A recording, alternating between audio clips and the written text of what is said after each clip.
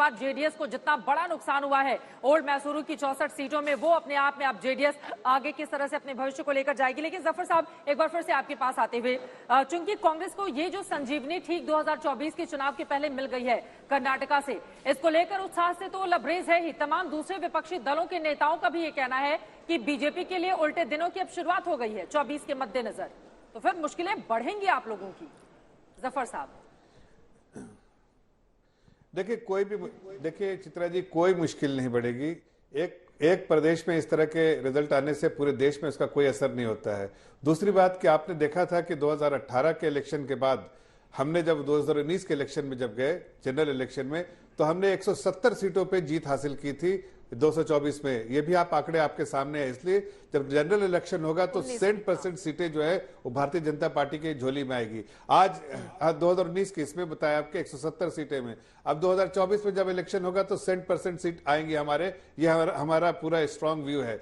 वहां पर हो सकता है कि आज के इसमें एक सेंट्रल जो नेशनल इलेक्शन होता है, जनरल इलेक्शन, उसका व्यू जो वोटर्स के दिमाग में कुछ और होता है, और जो लोकल इलेक्शन, जो असेंबली इलेक्शन होता है, विधानसभा का इलेक्शन, उसमें उनका व्यू कुछ और लोकल मुद्दे पे होता है। इसलिए हो सकता है उसका थोड़ा बहुत हमको इम्पैक्ट हुआ, लेकिन जो ज्यादा इम्पैक्ट उसकी दो वजूहात है जिसकी वजह से हमारा वोट शेयर, हमारे चाहने वाले लोग उतना ही है, लेकिन जेडीएस को बड़ी शेयर लगी, और जेडीएस का वोट जो ट्रांसफर हुआ है पूरे तौर से वो कांग्रेस में भी काफी हद तक हुआ है। इसलिए कि जितने परसेंट जेडीएस के घसे हैं उतने ही परसेंट उनके कांग्रेस का बढ़ा है, इसलिए उसमें तब्दीली हुई है, उसके सीट्स बढ़े हैं। और दूसरी बात कि कांग्रेस ने ये सीट इस तरह से जो 17 सीटें घटी हैं उसको देखकर बीजेपी संतोष कर रही है नहीं, ये हमारे लिए थोड़ी अच्छी बात है, बेहतरीन स्थिति है अभी। नहीं, मैं कह रहा हूँ नहीं, ऐसा नहीं कह रहा चित्रा जी। जो मैं कहना क्या चाह रहा हूँ कि उन्होंने जो मिसलीड किया पीएफआई पे, इस तरह के रिजर्वेशन पे, और जो बजरंग दल पे, इस तरह के चीजों को उन्होंने मिसलीड करने के लिए किया ताकि जेडीएस का वोट, मुस्लिम समुदाय का वोट और उस तरह के वहां पर के वोट इस तरह शिफ्ट हो जिसमें उनको कहीं ना कहीं और उसमें कांग्रेस पार्टी कामयाब भी रही।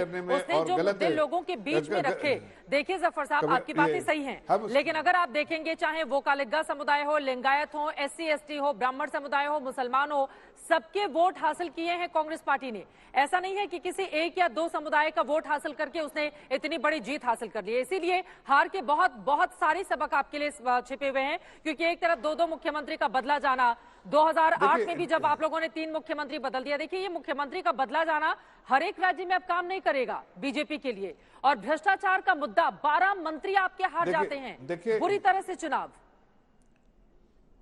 देखिए चित्रा जी, एक और एक्सपेरिमेंट जरूर हमने किया कि वैसे तो जीत का और हार का दोनों का आकलन होगा, लीडरशिप इसके बारे में चर्चा करती है, चिंता करती है, और जो भी उसमें कमियां दिखती हैं जिसकी वजह से इस रिजल्ट पे असर पड़ा है उसको दूर करने की आगे आने वाले इलेक्शन में दूर करते हैं। लेकिन हमने बहुत सारे यंग चेहरे को, यूथ को हमने टिकट दिया, इस बार यंग जनरेशन को टिकट दिया, और वो एक राजनीति में सक्रिय रहेंगे, आगे आने वाले दिनों में भी सक्रिय रहेंगे, और उनकी जो ऊर्जा है वो आगे आने वाले में प्रदेश की, इवन अपोजिशन में जो बैठे हैं वो प्रदेश की बड़ा बदलाव यंग लीडरशिप को लेकर जो बीजेपी की ओर से किया गया, आज नहीं तो कल उसका फायदा मिलेगा। अखिलेश जी, सीधे आपके पास आते हुए, हालांकि कांग्रेस पार्टी बेहद उत्साहित है और उसके पीछे वजह भी है, आप लोगों को इतनी ज्यादा सीटें कर्नाटका में आ रही हैं, लेकिन जफर इस्लाम साहब का यह कहना है कि जैसे ही लोकसभा के आम चुनावों की बात होती है, लोग नरेंद्र मोदी के चेहरे को देखकर वोट करते हैं, और बीते 2 चुनावों के लोकसभा के रिजल्ट भी कर्नाटका के उठाकर देख लीजिए। जब 2013 में आपको 122 सीटें मिली थी, 2014 का रिजल्ट क्या रहा था, 2019 में भी किस तरह का शानदार प्रदर्शन 28 सीटों में से 26 जीतकर भारतीय जनता पार्टी ने किया था। तो वो कह रहे हैं बहुत उत्साहित होने की अभी से जरूरत नहीं है अखिलेश जी के लिए। देखिए, जो 2014 की तो मैं बात नहीं करता, ठीक है, वो बीजेपी के लिए अच्छे समय था, लेकिन हमारे 2 एक्सपर्ट भी बैठे, ये बता देंगे 2019 में यदि पुलवामा नहीं हुआ होता तो इनकी क्या हाल होती। उस वक्त भी कह रहे थे मेरे प्यारे नौजवान साथियों, पहला वोट आप किसके नाम पे दीजिए, बताने की जरूरत है क्या? यहाँ पे भी वोट मांग रहे थे भगवान जी के नाम पे। 2019 का पुलवामा को माइनस कर दीजिए, ये कितने पे आते, तो वो सबको दिख जाता और सबको पता भी है।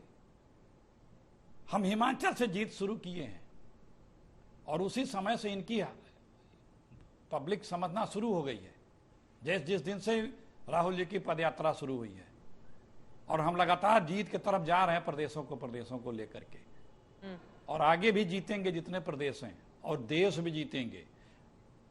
2023 मई कर्नाटक और 2024 मई पूरा देश। मई में ही पूरे इसी साल भर इसी महीने में मिलेंगे जब दिल्ली में कांग्रेस की हुकूमत बनेगी हमारे साथियों के साथ।